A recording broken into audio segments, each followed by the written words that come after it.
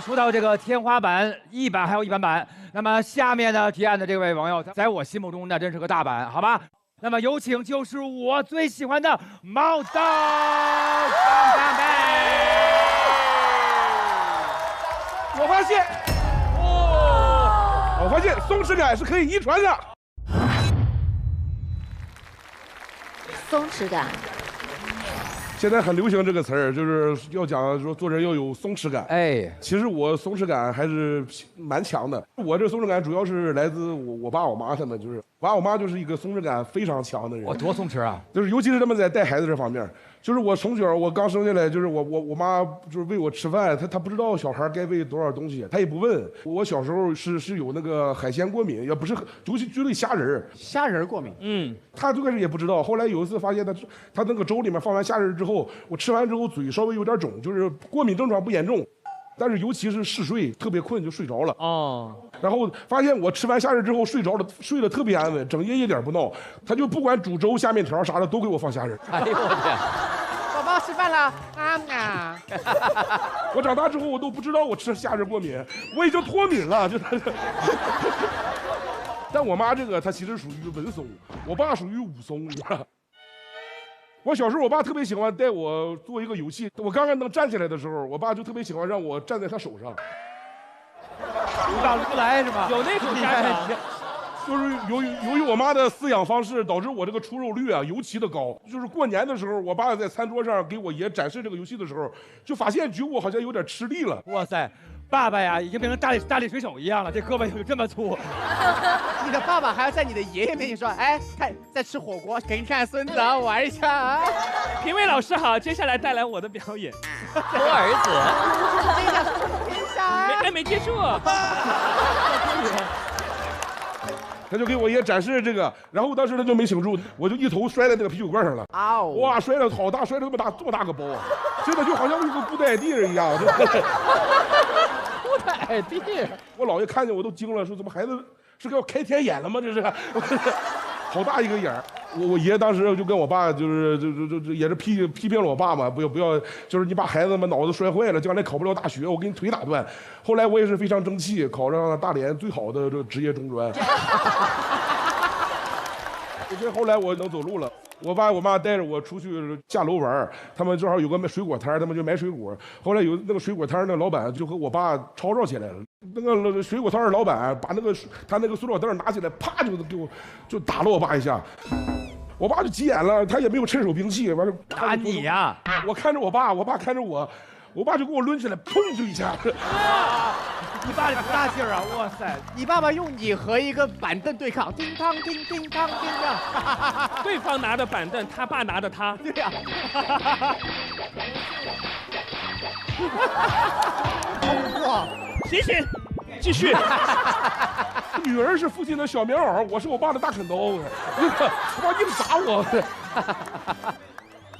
但其实我爸我妈其实他们这个松弛感也是源自我姥爷。我姥爷他当时把我爸介绍给我妈，是因为有一次我爸坐公交车下来，发现了一群老头在那看下棋，他在旁边看。其中一个老头给这个老头点步，然后这个老头就不听给他点步这个老头的，然后我爸就帮那个老头说话，那个老头就是我姥爷。哦，那老头就把他带回家，把我妈介绍给他。然后我爸也是个不解风情，他就是第一次见面带我妈去大连最大的一个广场约会啊，约会，约会一下。那个广场走一圈得有快3公里，他带着我妈走了2圈多。哇，马拉松啊！我妈就是当时穿着高跟鞋，他送了我妈一塑料袋纯牛奶，里面大约6、7袋，然后我妈拎着纯牛奶，跟着我爸走了能有6公里。我妈说我坚持不住了，我坐一会儿吧，咱们。然后他俩就坐在大连的路边，我爸问他饿不饿，我妈当时也没看上他，他就说不饿。然后我爸说我饿了，他就买了2个烤地瓜，在那吃，吃完之后有点干，他还把纯牛奶拿出来2袋自己喝了。然后我妈回家就跟我姥爷说，就是这个男的他精神有问题。但是当时我爸的工作蛮不错的，我爸工作是个海船员。哦，对他后来也是船员啊。后来我爸他们出国上韩国，他问我妈有没有给他带点东西，但是我妈当时没看上他嘛，就是说就不用带了。然后回来之后，我爸又给他打电话说给你带了点东西。我妈一看，哎呦这个人开窍了，过去他俩见了个面，又约了个会。带来了什么？我爸给我妈带了从韩国带来就一整套韩国纯原装进口的螺丝刀。要修理你，上道具了已经是。哎，就这个东西，其实我妈没看上，但是我送到了我姥爷的新趴上了，就是送到对，正他的新趴了。我姥爷就是这个男的是个过日子人。后来他俩就好上了。是你爸跟你姥爷好上了是吧？哎，讲了，哎，非常松弛啊，松弛。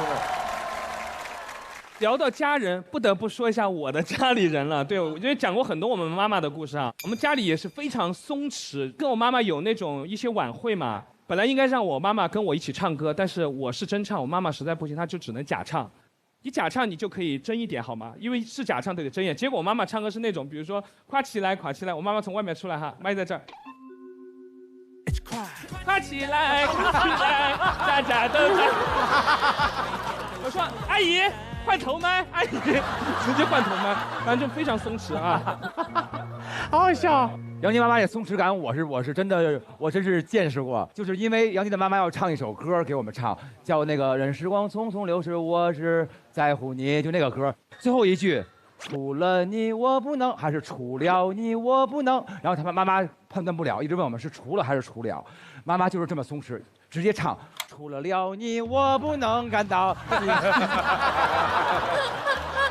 除了你，我全场大爆笑，哇，太开心了。黄圣依有什么松弛感的时刻吗？黄圣依，啊，刚才就很松弛。别人在讲的时候，黄圣依是那个热水倒到那个杯子盖子里，然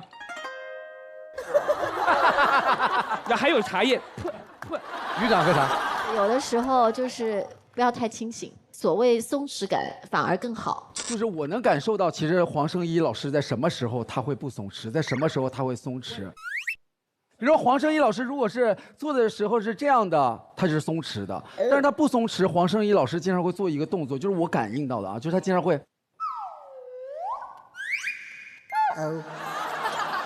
这样子啊？而且你只撩左边，右边不管的。那右边的造型是这样的，怎么？因为他左脸好看。当右边已经撩起来，就非常焦虑了，就整个已经不行了，要扎起来啊！两边都撩起来呀，白脸的抖耳朵。其实家长有点松弛感是挺好的，让小孩想长成什么样就变成什么样，对吧？不要有条条框框，我觉得反而是一件更好的事情，吧？是的，小孩想成为什么样就什么样了。哎，好嘞，谢谢各位。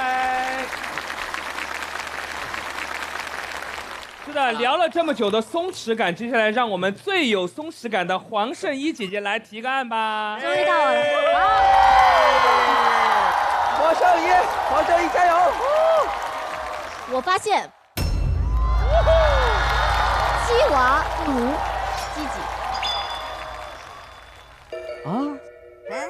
因为我觉得我们这个年龄，鸡娃的家长不少，身边都是。但是呢，我妈妈她却欺自己。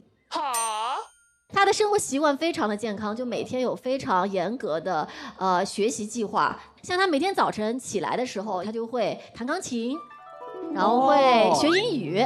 中午吃过午饭以后呢，她就会这个锻炼自己，提升自己的书法和绘画的技能。哇，就是那种在公园里的那种，就是站在地上很大那种毛病，是吧？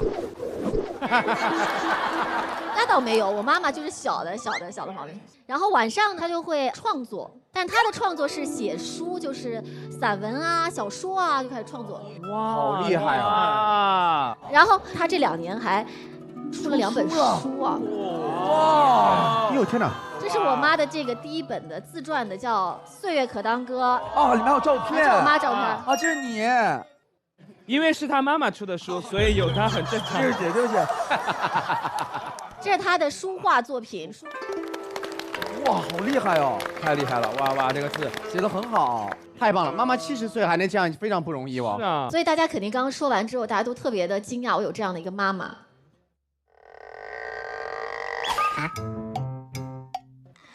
就是那我们惊讶一下啊！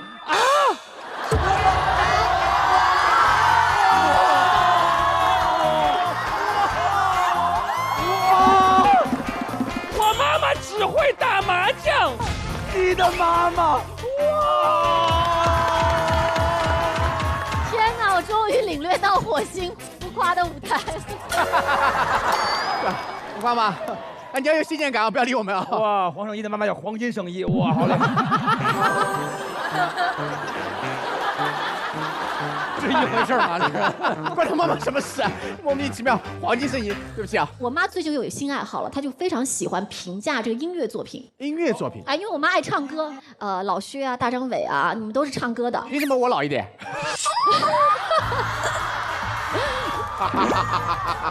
让我是老薛，在大张伟，小薛，没有啦，开玩笑，熟了。后来我就把你们的这个音乐给我妈发过去了，你的演员和发了你的这个阳光彩虹小白马，而且是英文版的是吧 ？Little Rainbow Sunshine Horse。来，哇塞，这么长啊！哎呀，薛之谦的歌曲属于流行歌曲，喜欢他歌的人，一个是因为演员唱的歌跟剧情有关系。他是演员。等一下，妈妈对我会不会有点误会啊？她以为你演员，可能但是发给她的音乐是演员。所以你的歌曲表现在用词的奇特怪异啊！我怀疑他妈妈不认得我，根本就。大张伟的歌呢是有节奏，就是阳光彩虹大白马是什么歌？好像听错歌了。但歌曲中使用大量无意义的叠词，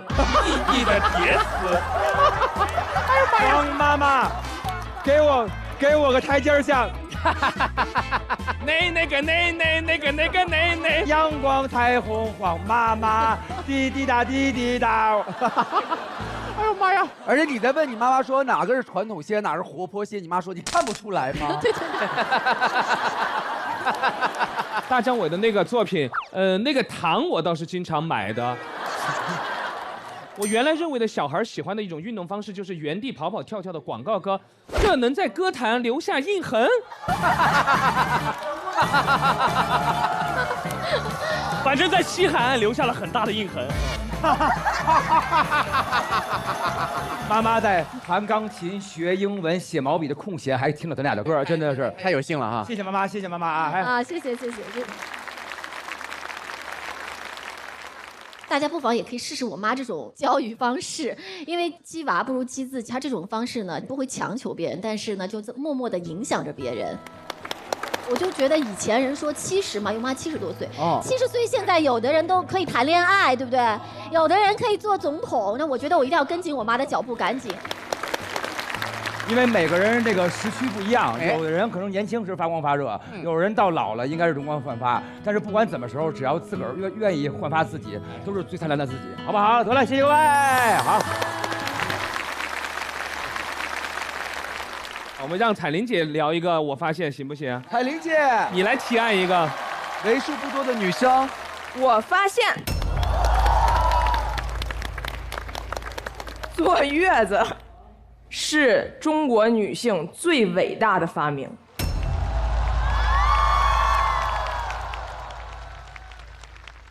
我今天聊一下这事儿啊，我先诊断一下现场各位月子都做怎么样？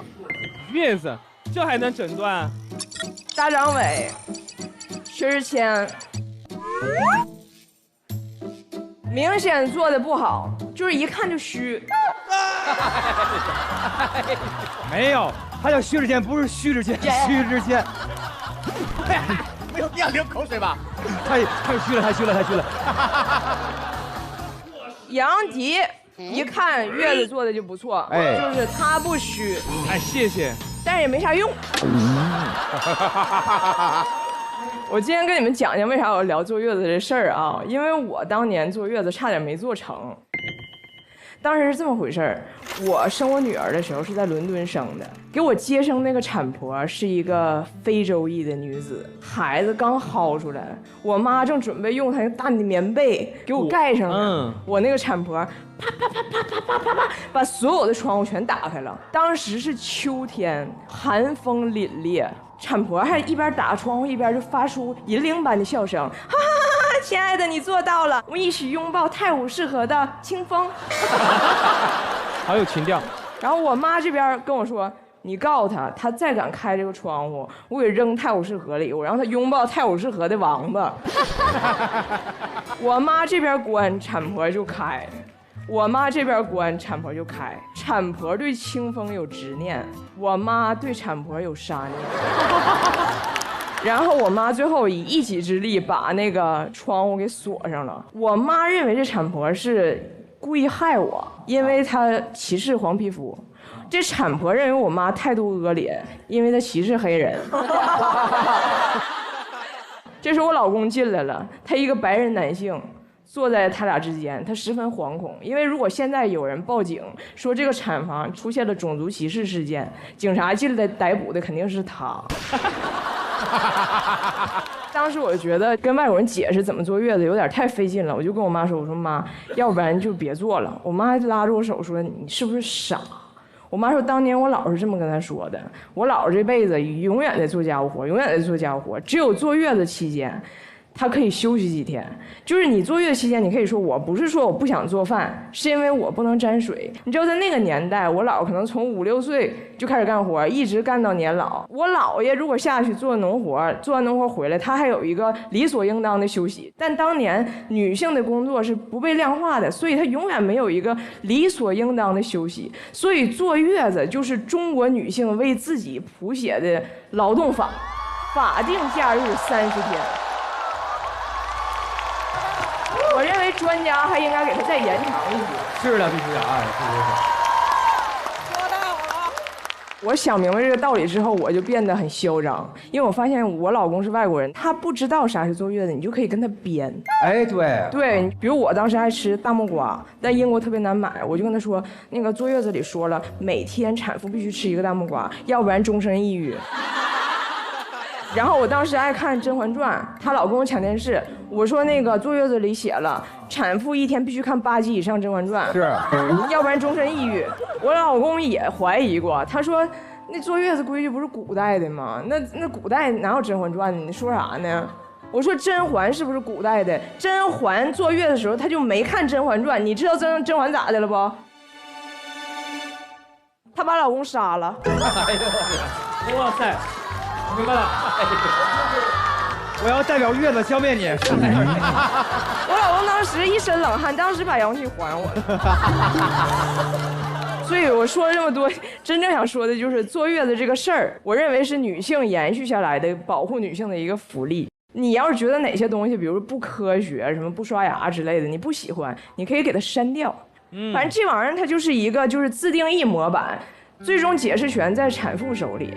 反正咱就保住这30天的假期，这样咱们这些谱写坐月子规矩的这些女老祖宗们在天上也是得以瞑目了。这何尝不是一场经历了数千年的 Girls Help Girls 呢 ？Girls Help Girls， 有 power， 耶！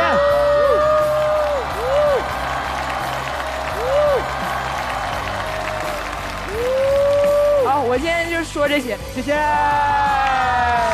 女性智慧。这次听说要聊这个话题，因为我确实没生过孩子，也没坐过月子。哇，你特地去做了一下。我就问了我妹妹2个孩子，然后那个时候剖腹产伤口要恢复的时候，就要在病床上躺着嘛，就会给她那个止痛泵，不然那个伤口会疼。会疼。我妈妈就说没事，那个花了几千块钱弄的，到时候它那会自动流出来就会止疼，你就不用担心。我妹妹整个恢复期间就特别疼。他说：“天哪，安了这个止痛泵还这么疼，如果没有安的人，那该多疼啊！”后来才发现那个得自己按，一直没有开关的。我们家花了几千块钱，我妹妹一下都没按，整个坐月子就靠自己扛下来的，用意念觉得自己这儿就跟你买了个彩电一直不插电一样，买了半堵墙而已，是不是啊？我想起一个我那个止痛泵的事儿啊，你也止痛棒了啊！当时我就不是我老公在国外嘛，我爸来陪我来了。那个止痛泵是这样，摁一下你就麻一下，这是一剂麻药，你知道吗？对对对。然后我爸就给医生找来说，我女儿这到现在老是意识不清醒，这孩子咋不醒呢？然后医生说。你那个折叠床的遥控器呀、你一直摁的是他止痛泵，他每次想把这床给摁起来，我爸就哒一顿摁。啊！天哪！然后基本每次给我10泵，一天上100泵。我说我咋不行呢？你好惨呐！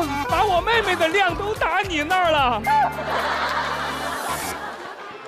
我们这还有一个父亲哈哈曹，对不对？我反正坐月子的时候，很多那种商家会跑到那个月子中心去给你推销那种。一开始说有5张免费的满月照，我说那不要钱，你过来拍一下。他一来给你拍了100多张，然后让你选5张免费的。你作为一个父亲，你是很难说你就选5张的，剩下100张要钱。对，每张还挺贵的，他就把它导到一个那种像 MV 一样的东西里面。哦，我女儿的照片在里面一张一张放，然后她配那种非常感人的那种小孩子讲话的声音，爸爸妈妈带我回家。我说那带你回家还行。哎呦我的天哪！我买了，买100张，买吧，买了3年的套餐。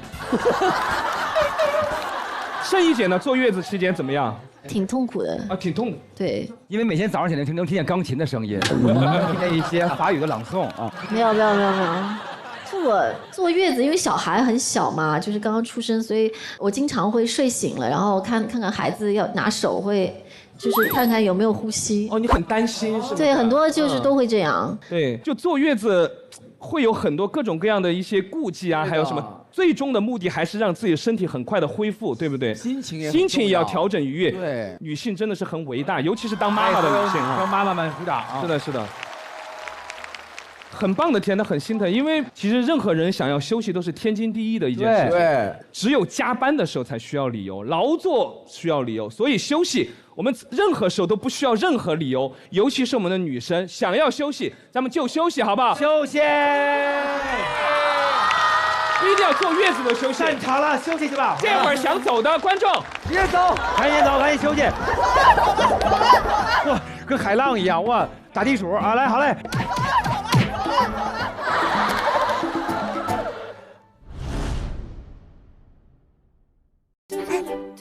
您当心，让我来。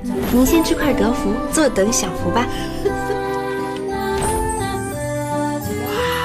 新年有德福，一块传福气，福气相传，年年得福。不论赛场，不问对手，真正实力，时间为证。南孚聚能环4代全面升级，各类电器通通搞定，冠军之星，能量不息。哈哈曹要来了，是不是？哈哈曹，哎，给我们带来一个提案，来。大家好，我是哈哈曹。我发现这个东西掉到地上，几秒钟之内能沾到灰是 DNA 决定的。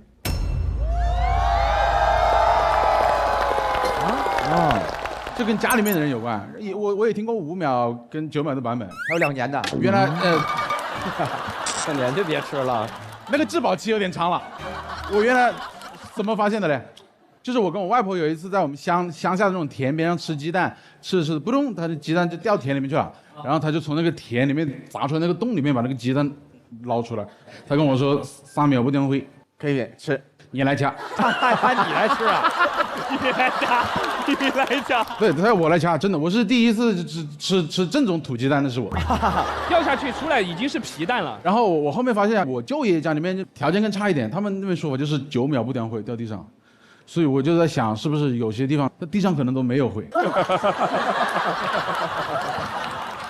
因为我觉得有这种勤俭的习惯的人，肯定是过过苦日子的。哎，那是啊，我外婆就过过苦日子，他们那个时候有3年是没饭吃的，他就只能找一些没那么能吃的东西。我外婆跟我说，她吃过蓖麻籽。蓖麻籽榨那个蓖麻油的。对，那个东西有剧毒嘛。奶奶跟李时珍似的，尝百草啊。然后你把它炒熟以后，就没那么毒了。但是它的副作用就是你吃1天晕1天，和那个旁边吃虾仁一样的。跟那个止痛泵是一个道理，就是来一泵。我外婆后面跟我说，她挺感激平时吃蓖麻子的，因为她觉得别人当年都饿了3年，她就饿了1年半的样子。她吃1天晕1天。我外婆还有一点就是，接下来是个植入。你外婆在当年植入的吗？还是你外婆那时候就有植入了？就老人家很节省，测血压的那个仪器里面的那个电池，她有时候会拿出来摇一摇。哦，这个我知道，是什么品牌的电池？当时我知道她用的肯定就不是南孚牌的电池。哦，我当时拉住我外婆，我说外婆，这也不是南孚电池啊。玩具车用完还能接着用，经久耐用才是真的省钱更省心。南孚电池，电池界的耐力担当，31年销量领先的大品牌，你买1盒都够家里用好几年了，以后可千万别再擦一擦、摇一摇了，外婆。好棒，这个太棒了。后面慢慢家里面条件真的好一点了，我就没有那么爱惜粮食了。我那吃鸡蛋，我有时候我不是很喜欢吃蛋白，我小时候。我就会吃完鸡蛋以后把那个蛋白我就丢垃圾桶里面。有一次被我舅舅发现了，当时好生气，他揪着我的耳朵，领着我去那个垃圾桶那里。我那时候都高1了，有自尊心了。他说你不要吃了。高1才有自尊心啊？这个点是他是上学早。我说我也是个男子汉，我不吃了。他很生气的打了我一嘴巴，问你吃不吃？哇！我当时是高1了，有自尊心了。含着泪把鸡蛋吃了，然后我觉得勤俭节约的这种习惯真的一直留下来了。我现在还特别有很多省钱的方法。哎，好，我们最近长沙开了一家那种大型的商超，可以进去试吃的那种地方。我跟我老婆平时就进去试吃一下。哎，我们发现除了试吃啊，还有别的东西也可以试的。那个地方的洗发水也可以试。哦，怎么试啊？我戴了帽子。我告诉你，我当时真的是试过那种300块钱的洗发水，我想知道它跟普通的50、60的20、30区别了。对，我就挤了2包，然后插到这个头发里面，我又给它戴住。干洗啊，你这个！我大家赶上出门下雨，直接开始洗掉。又走了2步，我看见正好还有那种人参护发素，也是有试用装的。哎呀，不差这点了，2、300，我说反正一脑壳的了，我搞到个人参又搞到脑壳里面。有点贪多了，走着走着去结账的时候，那个鬓角开始流白沫了。有一副耳机在这里，我只能借他们那个商场的厕所把它洗干净，又跑到他们商场，他们还有那个免费的吹风机可以试用。当时我觉得我应该能在这边生活一段时间，真的。然后反正特别省钱嘛，然后逛那个 FUN， 就一进去那个店员就跟我说欢迎来到 FUN。欢迎来到 FUN， 我当时说这就念放吧，他说FUN， 拿劲儿，他这个很甩了，很欠的那种啊，感觉他有那么一点点不尊重我，然后我意识到可能潮牌店有潮牌的规矩，把那个单词给拆开念，才是潮的感觉。然后我当时就跟他说啊，行吧，那你给我来一件 DAZHE 的衣服好了。他说什么？我说打折的。我觉得真的，虽然就是我们这个 DNA 啊，决定我们这一家人过日子都过得很节省，我自己也觉得节省是一个很棒的一个生活方式。但是我觉得你偶尔还是要花点钱爱自己，给你爱的人花点钱，好吧？谢谢大家，我是哈巴。他这种去买东西的时候，那种遇到这种店员的这种情况我也有，我有一个印象特别深刻的有一次。我平时出去买东西嘛，我自己喜欢买平时生活中的眼镜，低调中又感觉大家又这个人没那么奇怪，但是一定要丑，丑是必须的，丑，只要一家店有丑的，我就特别开心。哇，对吧？然后有一次我就去逛眼镜店，我逛看，哎呦，哇塞，这家可丑啊！爆丑！就怎么有这么丑的眼镜？我好喜欢啊！就平时生活中我就喜欢买这种丑的。我试眼镜的时候是有个什么习惯？比如说你是一个营业员对吧？那他这样看着我的时候嘛，因为我穿的又很邋遢，我就尽量挑这个人的反面，就不让他看到我是谁。我试眼镜我就过来，试完以后帽子口罩戴好，然后看一眼，丑。那个人就看我的时候，他就觉得，哎，这个人好猥琐。他说啊，先生，那个这里是稍微贵一点的，便宜的在那边。啊。这不歧视了吗？这不是？对，我也不理他，我接着逛，我就很开心，看到丑的我就很开心，然后每次都是有点猥琐的这样反过来去试这个眼镜，看哦丑。我一旦喜欢的眼镜，我拿在手上以后，我就不放下的。你拿一堆啊？对，然后你就挑着，这个服务员就晋升了，他一直在看我手上的眼镜，他以为你是小偷，他以为我偷呀。啊，抓贼！我走到哪里他就这样盯着我，然后那天就决定不偷了。我走哪里是他就这样盯着我，他还跟我讲一句什么话，他说：“先生，你看衣服就放下，你看衣服拿衣服嘛。”啊，就他有点不礼貌了，我就有点不爽，然后我就把这一把眼镜丢在他手里，我说：“你拿着，你帮我拿着。”啊，我就拿着，他也不知道要干嘛，他就拿着，啊，他就准备往回要去放了。啊，我说：“等一下。”我说：“我全要了。”先生，你确定吗？这6副这么丑的你都要？好多年卖不出去了，终于找着人了。哎，杨迪其实特别的抠哈，我这个人真的就是绝对不浪费食物。哦，有的朋友可能是那个食物里面有小虫子啊什么的，那个就不要了。哇，你先吃虫子？我必吃啊，不是，当然不是。没虫我都不吃。苍蝇小馆先吃苍蝇就饱了，哎，不用吃管不都。这个没虫子换一个。因为我觉得虫没什么。我记得我高中那会儿上晚自习，有个蛾子就飞到我们老师嘴里去的，这我见过。我们老师这样，同学们你看一下飞的，然后有些同学就是那种好事之徒嘛，老师什么味道呀？老师非常淡定，怎么啦？野味儿。很野的，还是蛮野的。我就觉得吃虫子没有任何问题，所以我平时有的时候比如点的汤什么，如果里面有一个小虫子，弄得出去就弄，弄不出去我就。我真的不开玩笑，我觉得没事儿。对。我的习惯不建议大家参考，但是如果有跟我一样的人 ，give me 5。反正聊了这么多，我觉得相比奢侈，其实抠门作为一种行为习惯和乐趣呢，不管你是贫穷还是富有，疾病还是健康，想抠就可以抠，没关系，根据你自己的个人习惯来操作就行。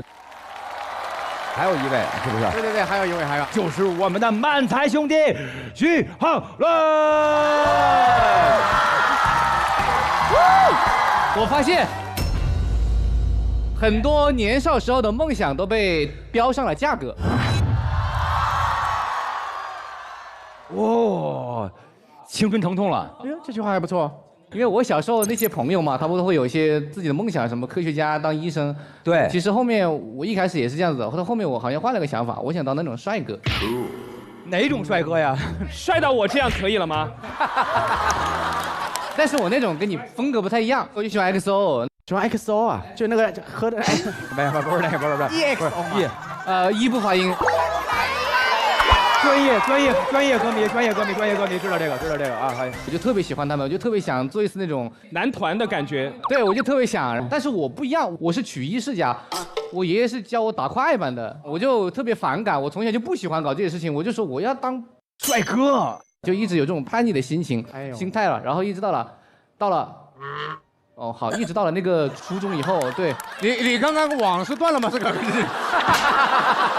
我还以为你看见苍蝇了呢，这玩意儿看看吧。啊，一直到了初中以后，我姐姐跟我说，有个经纪公司就是在长沙这边选人，因为我姐姐特别喜欢鹿晗，她说他们就是这么被选过去的，你去尝试一下。长沙练习生吗？长沙还练什么习啊？那就出去上个私教课而已啊。上课的又是他爷爷。对，爷爷说打了个档啊。我就想去尝试一下，但是有个前提就是他要50万啊，那么贵。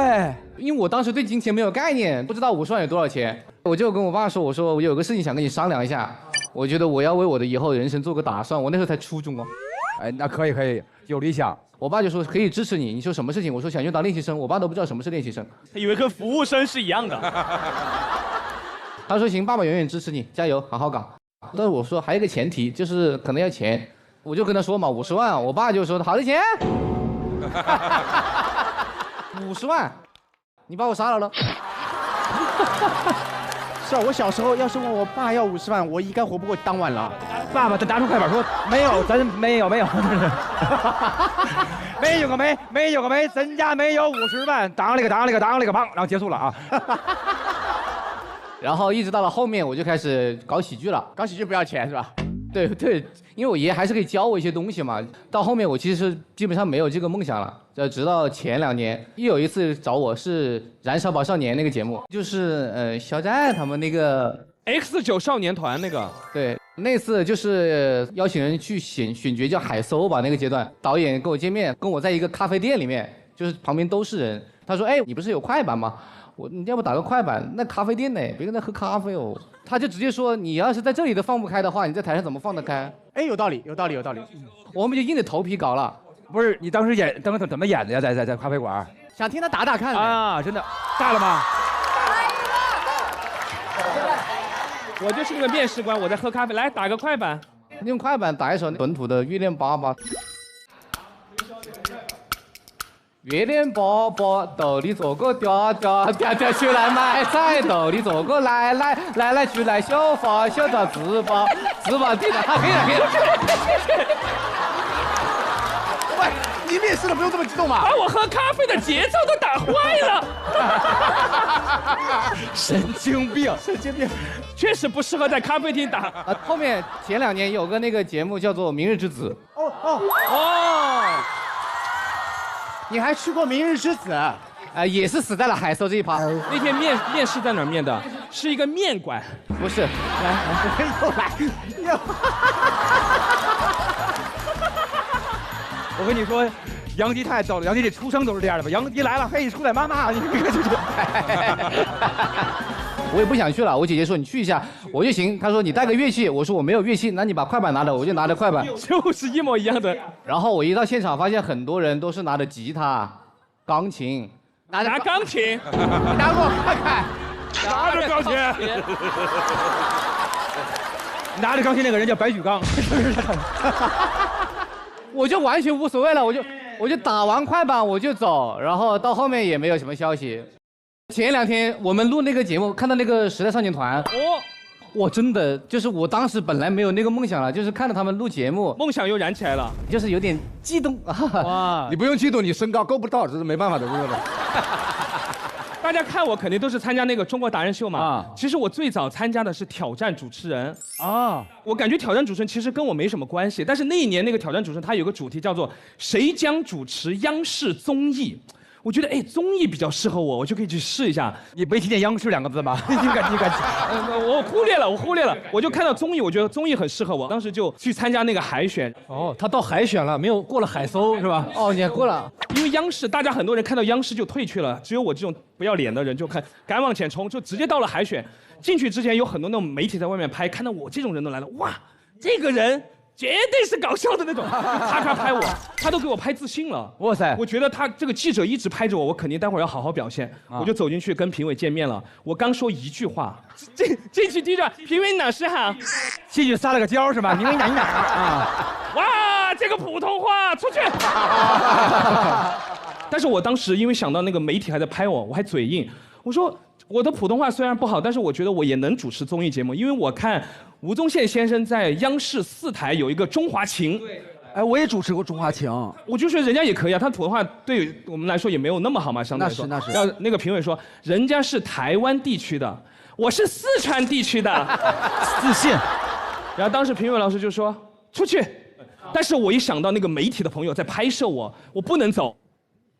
那个评委老师，我可以出去，但是我还要带来一个才艺，我才艺演完我再走。来吧，才艺吧。还让你演我？为什么会打雷下雨？为什么？宝啊！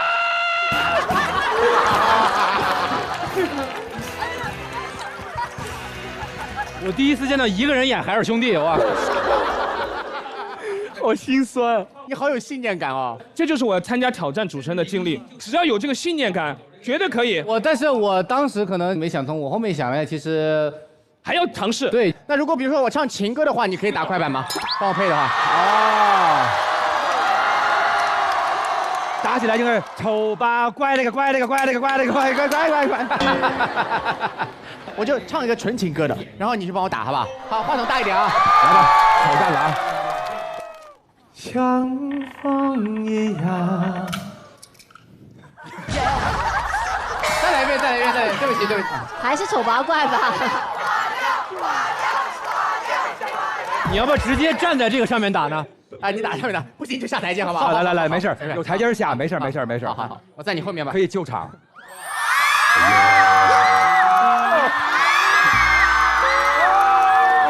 3、2、1，走。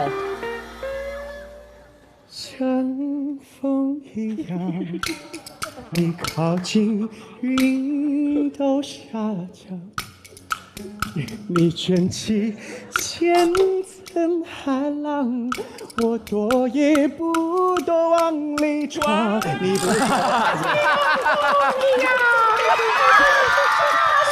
可以，大家，你好，还可以，是。下次的演唱会希望看到这首歌的演绎，好吧？大老师的歌很适合啊。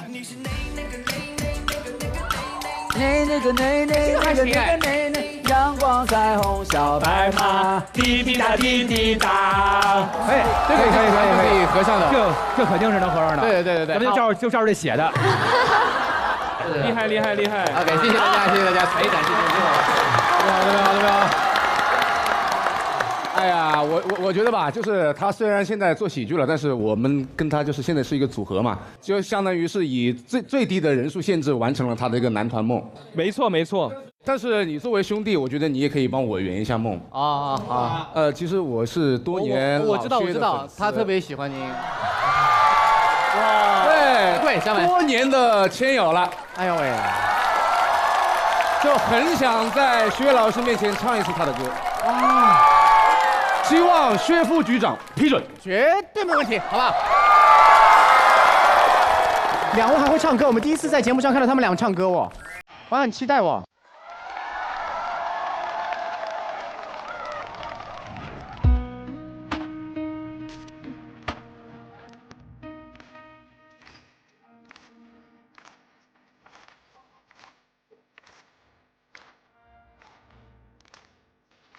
你占了我的快乐，还可以哦。我全世界已没了，是否干戈都褪去颜色，只有你是天蓝色。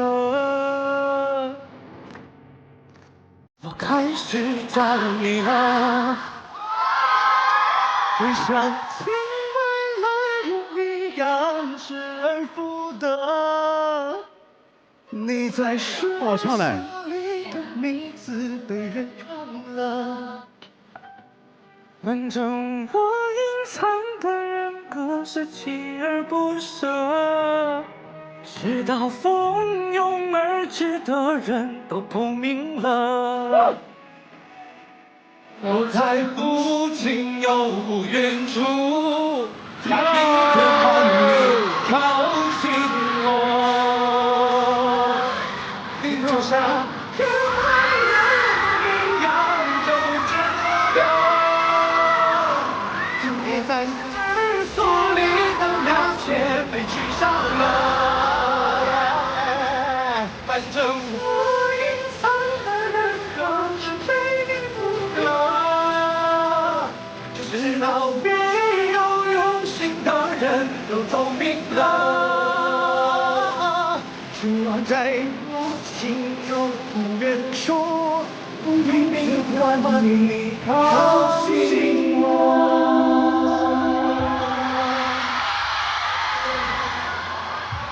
哇！可以，厉害！太棒了！哎，你唱的好啊，谭老师，特别棒，感谢你们，感谢你们，谢谢，棒！哇！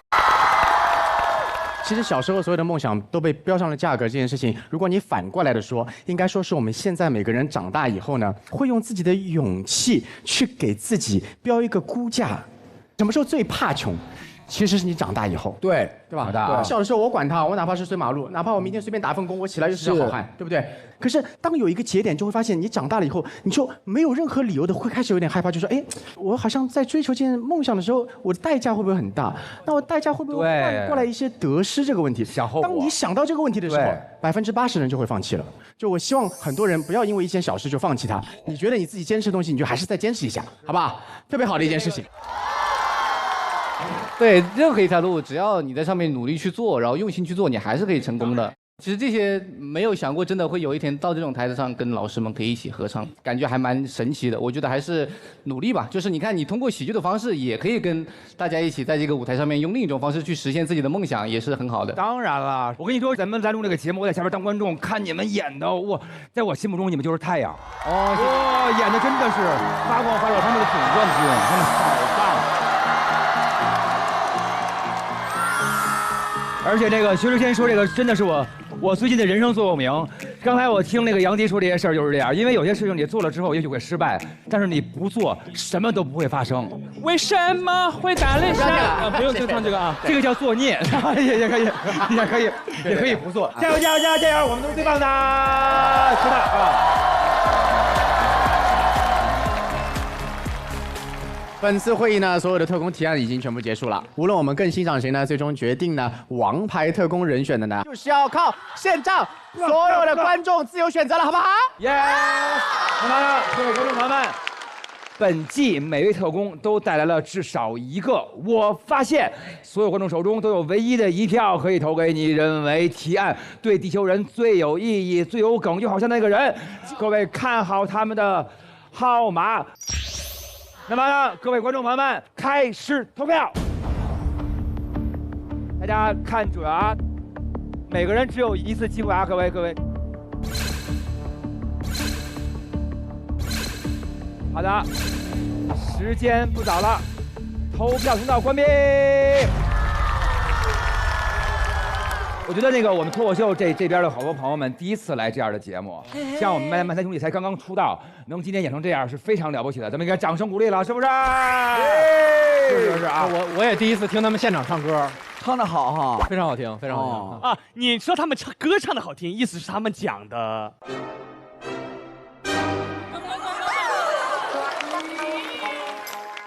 就是更棒，就是更棒，这是。王子人生路还长呢，没必要这么聊。哎，好嘞，行。那大副局长将为我们公布今天得票最高的。啊，你已经要站起来领奖了吗？干什么？已经领奖了。我去拿信封。我是那个牛马，去吧。我说这个内定这么明显吗？这个，我自己讲，我每次也往里塞的我。哎，好了，黄牛。哎，老板要票不？老板要票不？黄牛送的票看一下。来，天哪！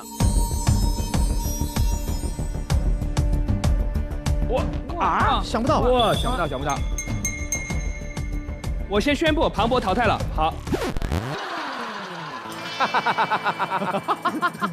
没事儿，因为只有一个王牌特工。对，好的，王牌特工的得主呢，他是4个字：王子红帆。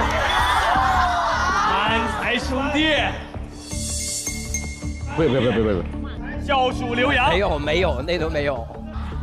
王子红帆，还是漫才兄弟呢？2个人起立，好不好？2个人起立。现在是最紧张的时刻，哇哦！请向对方说拜年话。新年快乐，恭喜发财，心想事成。新年快乐，红包拿来，心想事成，红包拿来，越来越好啊！好的，那么在一片祥和之中，我们来宣布，第1期的就是我们的4字的朋友，叫做漫才兄弟。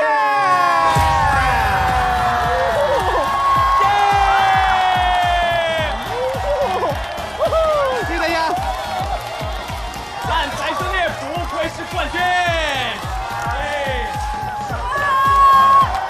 好，恭喜你们！谢谢薛老师。这个盒子里面就代表我们火星最高荣誉的火星徽章。耶！哎，徽章给你，好吧？盒子给我。哎，盒子我们就一个，好吧？给我们省点成本，谢谢啊！感谢大家，然后局长们对我们都很照顾，非常荣幸吧，能得到这个荣誉。本期火星情报局会议就开到这里了，所有的同学们，我宣布火星情报局第7季第1次会议圆满结束，下回见。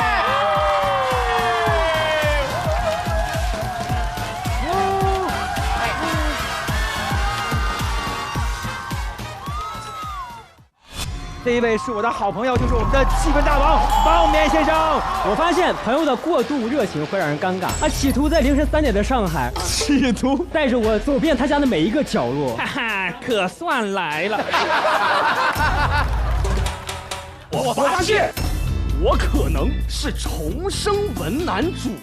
哼，愚蠢的长辈，竟然被我骗到了。他好像是说我们2个哈。哎，没有啊！真的，地铁司机干了一辈子，第一次上班时间看着太阳了。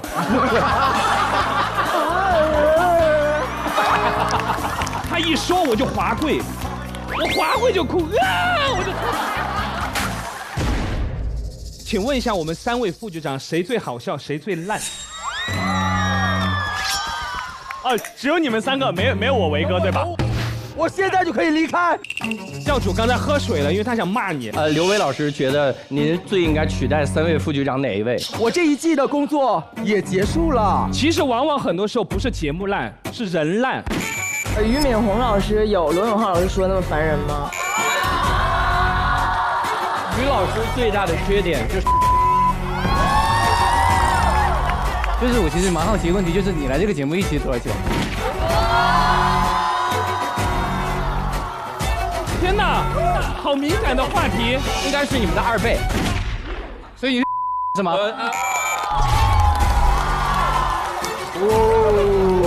王冕老师，你也是冠军，漫才兄弟也是冠军，你觉得2届冠军哪个更有含金量啊？应该喜丹不是第5名吗？你觉得去脱友你能第几名？去脱友应该能当导师。哥，这边节目搞我们。